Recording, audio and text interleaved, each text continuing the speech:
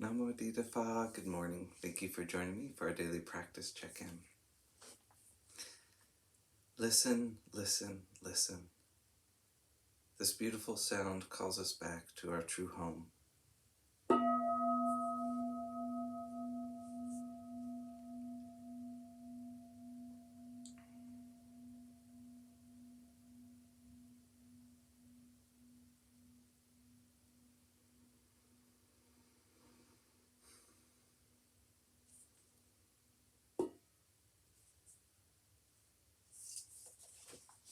The third mindfulness training.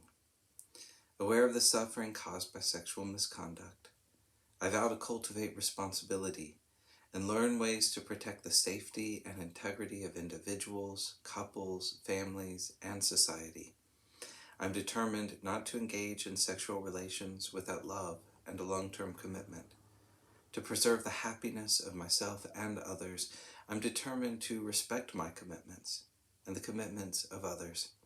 I will do everything in my power to protect children from sexual abuse and to prevent couples and families from being broken by sexual misconduct.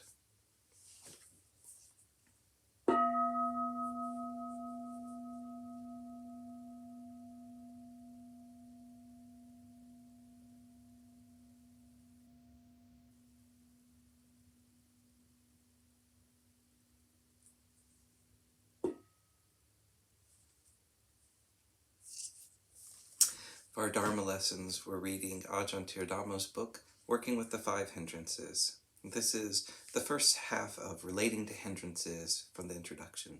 There are three basic ways to deal with the hindrances. The first one, which is usually the familiar one for most people, is to try to get rid of them. Who wants a hindrance anyway? We want to be free of them, right? The second way to deal with them is temporary suppression, either unskillfully through repression or skillfully through developing states of deep concentration. This, however, is only a temporary respite. When the hindrances subside, the mind is in a very bright, concentrated, and energized state. But when you eventually come out of concentration, they are still there. They haven't gone. They've just been temporarily taking a holiday. It's like your troublesome neighbor going away for some time, but then returning home again. The third way is to clearly and wisely acknowledge the hindrances as impermanent, causally conditioned phenomena. We then investigate to remove the initiating causes, and the hindrances cease. In this way, they are finally resolved. In essence, they are aspects of our selfhood created by ignorance and grasping. Our investigation reveals the nature of selfhood and the processes creating selfhood. We can then release, relinquish, let go of these processes, and are finally liberated from the entanglements of selfhood. The theme of this book is working skillfully with the hindrances for final liberation. It's not about simply getting rid of them or only temporarily suppressing them, but about working with them in order to realize the truth of what self is and freedom from self is. Most of us probably still have conditioned into our minds, I still have it in the back of my mind too, that working with the hindrances is just another means of getting rid of them. That's due to the pervasive activity of selfhood. Basically, if you're trying to get rid of the hindrances, don't bother. It not only makes the practice a lot more complicated by distorting the basic hindrances, but it can be detrimental in the long term. In our eagerness to get rid of the hindrances, we usually succumb to suppression or avoidance strategies, further compounding grasping and ignorance.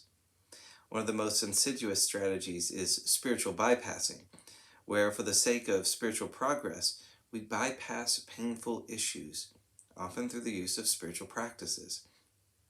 However, since the hindrances are not completely resolved, just temporarily out of awareness, they will eventually return, usually in some disguised form, for example, as psychosomatic symptoms.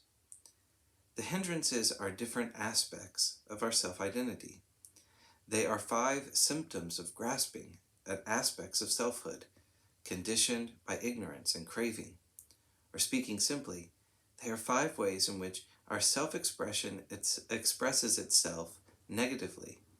It also expresses itself by their opposites, that is, through generosity, loving kindness, energy, tranquility, and confidence. However, unless actively identified with, these positive self-expressions tend to reduce grasping of selfhood. They are acts of selflessness. The negative ones, since we are usually reluctant to recognize them, lurk insidiously in the background, quietly sustaining selfhood.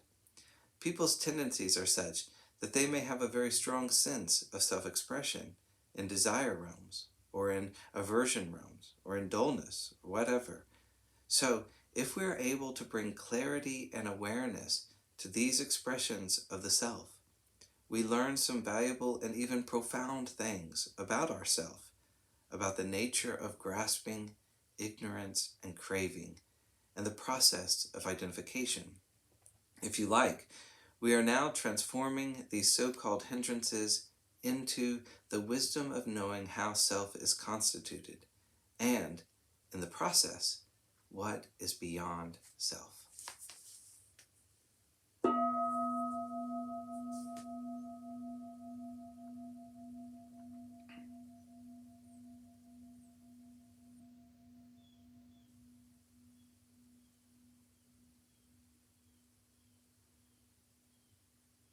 May all beings be well. May all beings be happy. May all beings be peaceful. Sadhu, sadhu, sadhu. Thank you for joining me this morning.